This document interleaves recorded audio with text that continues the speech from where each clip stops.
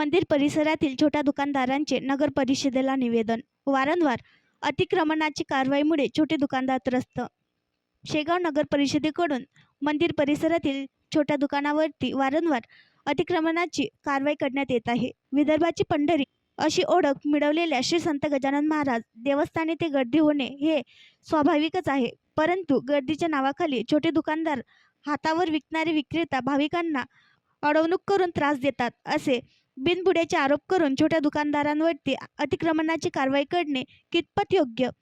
कारवाई कोणावर? तर शेती परवडत नसलेले शेतकरी व त्यावर अवलंबून असलेले शेतमजूर, सुशिक्षित बेरोजगार युवक, महिला, त्याचबरोबर प्रशासनाकडून रोजगारी हमी देण्यात आलेले मातंगपुरी, खळबळे परिसरातील पुनर्वसित कुटुंबीय या सर्व छोट्या दुकानदारांचा शेगाव शहराच्या जडणघडणीमध्ये वाटा आहे.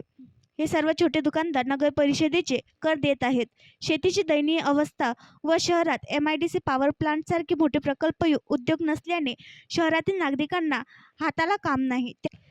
त्यामुळे मंदिर परिसरात नाईलाजाने व्यवसाय करावा लागत आहे. एकीकडे शासन प्रशासन लाडकी बहीण लाडका भाऊ योजना राबवून शासन आपल्या पाठीशी असल्याचं दाखविते आणि दुसरीकडे मंदिर परिसरातील होतकरू महिलांना बेरोजगार करण्याचे षडयंत्र रचत असल्याचे पाहावयास मिळते. विशेष म्हणजे या प्रश्नावर कोणतेही लोकप्रतिनिधी या दुकानदाराच्या पाठीशी यायला तयार नाही. ही मोठी शोकांतिका आहे.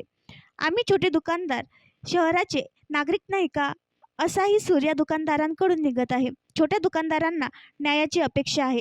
स्वतःच्या उदरनिर्वाहाचे साधन हिसकावत असल्याची भावना उदयास येणे साहजिक आहे. शासन प्रशासनी या विषयाला गांभीर्याने घेऊन न्याय द्यावा.